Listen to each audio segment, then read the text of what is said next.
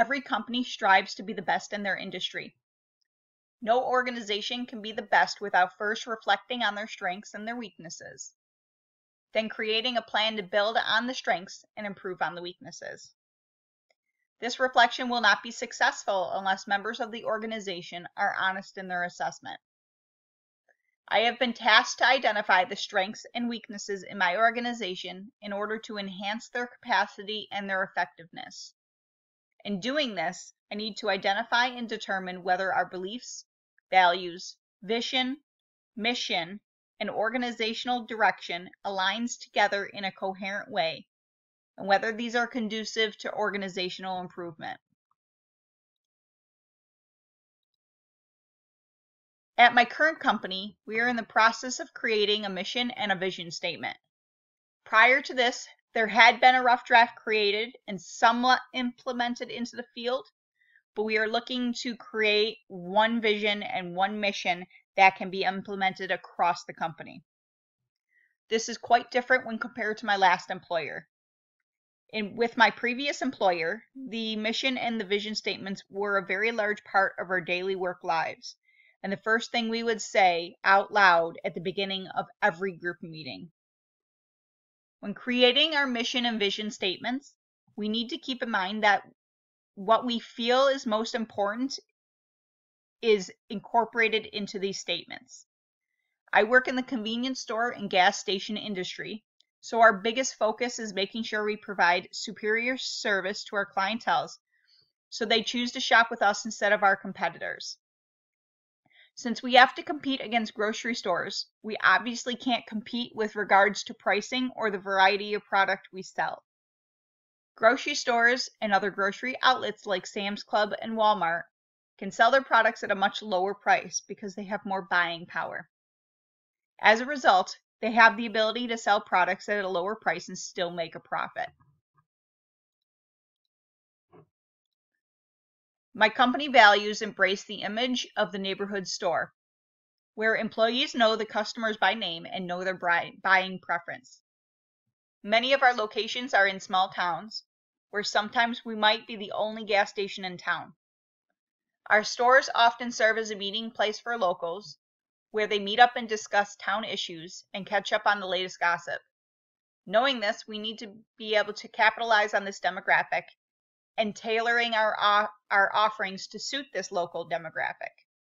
Price doesn't deter these customers from visiting, but poor service will cause them to drive to the next town over that has a major grocery store or similar sized convenience store.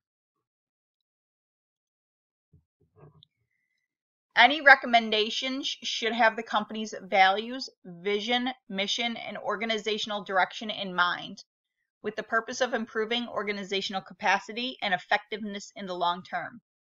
The first recommendation is to complete the vision and mission statements and get the entire company focused on what the executive team is focused on. When you give someone a shared purpose to work towards, they are much more willing and able to achieve their goals. The second recommendation with training has to do with training the management staff to execute company standards appropriately. We have an issue right now that our management teams are not fully trained.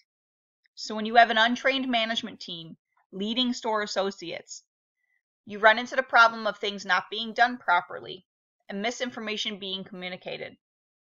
When that happens, our stores are not consistent, which results in poor customer service and experiences that ultimately drive away future sales.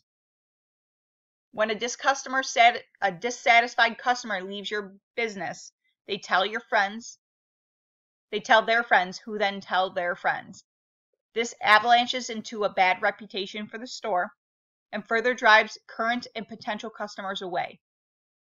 It is much easier to earn a bad reputation than it is to improve a store's perception, which is definitely something we are currently dealing with in a handful of stores. The third recommendation is to increase the number of support staff that deal with the stores directly. Our district managers currently have about 15 stores apiece that they are ultimately responsible for. In my position, I am responsible for the food service programs in 47 stores among 4 brands. I do not have the staff to delegate responsibilities to, causing me to become backlogged with my responsibility during days when I have to visit a lot of stores. Adding another 2 district managers and 2 support staff for me would expedite the store's progress and allow us to focus on what is the most important without being bogged down by minute details. The 4th recommendation has to do with streamlining the hiring process. We have already started addressing this issue by switching the company that runs our application system. Previously, the number of viable candidates were not very high with our previous company, and the online application process was very long and cumbersome. Potential candidates couldn't save their progress during the application process, and if they lost their internet connection, they would have to start over. Since it often took anywhere between 45 minutes to an hour to complete the process, many applicants would just simply give up and not finish their application. Since the new system has been implemented, the application process has been streamlined to about 20 minutes, giving the applicants the ability to save their progress and go back to it. The result has been tremendous, but now we run into the issue that many of the managers do not understand this new system and are not completing the necessary documentation in time. For example, they're not completing the I-9 or the W-4 or even doing a couple of the other processes that are involved with hiring, and they're allowing employees to work, which causes headaches for our HR as far as our payroll goes for those employees. Besides the obvious legal issues that can arise from improper hiring documentation, we have many managers getting frustrated with the process to the point that they are not looking for new people to interview and hire to avoid having to deal with this. What ends up happening is, instead of going on there and looking for people or asking for help, they are just doing without and causing huge issues with the scheduling, overscheduling staff above their required amount of hours, possibly even having to pay these employees overtime. We need to get the managers on the right page with our new hiring process so we can increase the number of employees we have in the stores. If we cannot staff our stores appropriately, this will affect both our top and our bottom lines. It'll affect our top line sales because our customer retention will go down dramatically, causing sales to go down. And it will affect our bottom line because there'll be increases in overtime pay that we'll have to pay out when we overwork our employees because we don't have enough employees to work the specified hours that are required. The last recommendation has to do with company communications. A lot of the time when new initiatives are put in place, the memo doesn't quite get it down the ladder completely. If it does trickle down, the message becomes distorted and employees will misunderstand the initial message. It reminds me of the game telephone we used to play in grade school. You would start on one end and you would say a message and see how it turned out at the end. And the longer the chain of people involved in this telephone chain, the more distorted the message was. It was very interesting that the beginning message and the ending message looked nothing like each other. And that has to do with people putting in their own thoughts or what they thought the person said. We need to establish a way to ensure that important messages reach all employees.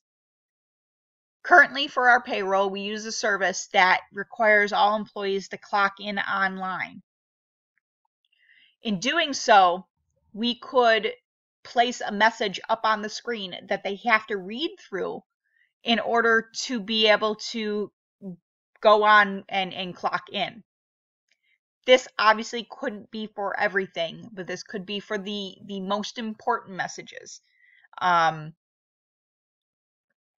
having an electronic communication portal similar to that would be very helpful in making sure that the message got across completely and in full, and that the same message got across to all employees, so we did not run into the same issue you do when you play the game telephone.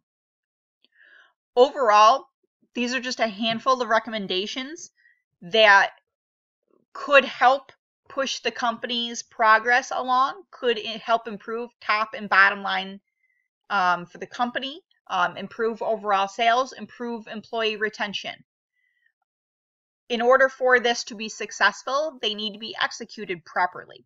If they are not executed properly, or a few details get lost in the shuffle, the effectiveness will be lost. So as far as these recommendations go, they are just recommendations. They are not foolproof.